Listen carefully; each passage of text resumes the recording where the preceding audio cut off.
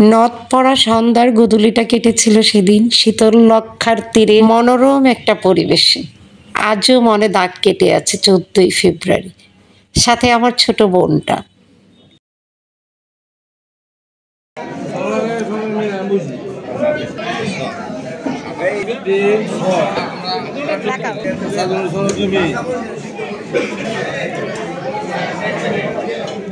আসসালামু আলাইকুম, সবাই কেমন আছেন? আজকে একদম ছোট্ট একটা ব্লগ নিয়ে হাজির হলাম। এটা ছিল আমাদের স্কুলের পুনর্মিলনী গত শুক্রবার। স্কুলের পুনর্মিলনীতে আমরা সবাই, আমার সাথে যে দেখতে পাচ্ছেন সে হচ্ছে আমার ছোট বোন। আমরা দুই বোন, পলি আর পপি।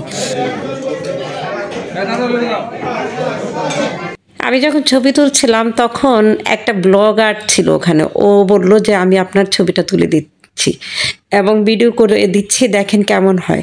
তখন এই ভিডিওটা সেই করে দিয়েছে। সাথে কয়েকজন টিকটকারও ছিল, ওদের খুব আগ্রহ যে আমার ছবি তুলে দেবে, আমার ভিডিও করে দিবে। বললো যে ম্যাম আপনি পরে দেখে নিতে পারেন ভিডিওটা এবং কেমন হয়েছে।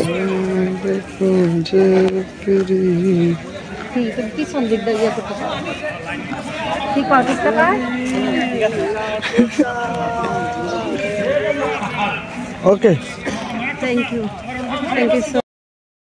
দেখতে দেখতে কিন্তু একদম বেলা গড়িয়ে গেল। আমরা কি করেছি যে শীতললক্ষার তীরে আমার যে ফ্রেন্ডটা রিসোর্ট ছিল ওখানে গিয়েছি স্কুল থেকে একটু দূরেই। তারপরেও এখন তো একদম গোধূলি বেলা, দেখতে পাচ্ছেন শীতললক্ষার ওই পাড়টায় সূর্যটা ডুবছে।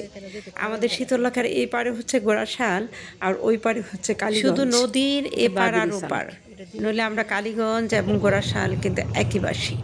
শুধু নদীটা আমাদেরকে ডিভাইড করেছে। তো বাড়ি চলে এসেছি, এটা হচ্ছে আমার বাবার বাড়ি। তো মনে হচ্ছে যে রাত্রেবেলা একটু দোলনাতে বসি। দিন শেষে আবার আপনজনদের কাছে আসলাম।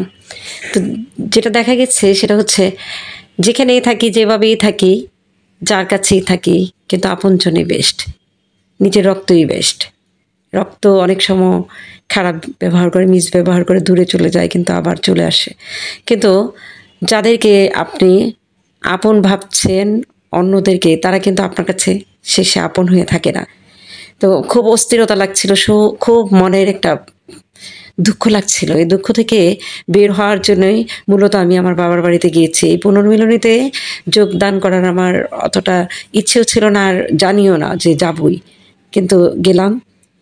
তো ভালোই লেগেছে। একঘেয়েমি চারকোনা দেয়াল থেকে বের হয়ে বাইরের একটু বাতাস খেয়ে এসেছি, বাইরের সবার সাথে মিলেমিশে চলে এসেছি। এটা আমার অনেক ভালো লেগেছে। যদিও পরের দিনই চলে আসতে হয়েছিল, কিন্তু সময়টা তো কাটলো একটু ফাপড় থেকে। আমাকে মূলত চার দেয়ালই থাকতে হয়, ইট পাথরের এই চার দেয়ালে সারাক্ষণই আমাকে কাটাতে হয়। দিন শেষে আমি একাই থাকি।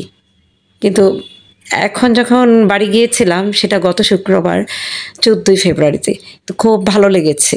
আর আয়েশ করে দেখতেই পাচ্ছেন দোলনায় ধুল খাচ্ছি। ওই টাইমটা কোনো পৃথিবীর যাবতীয় কোনো কিছু জঞ্জাট, কোনো চিন্তা ভাবনা আমার মাথায় কাজ করেনি। খুব ভালো লেগেছিল।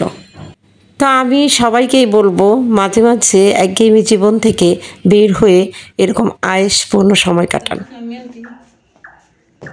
বাতাসে বহিছে কি জানি এই গানটা ভারস নয়নে। একান্তই যখন নিজের কিছু বলে থাকবে না, তখন নিজের জন্য নিজেই বাঁচো। আজকে এই পর্যন্ত, খোদা হাফিজ।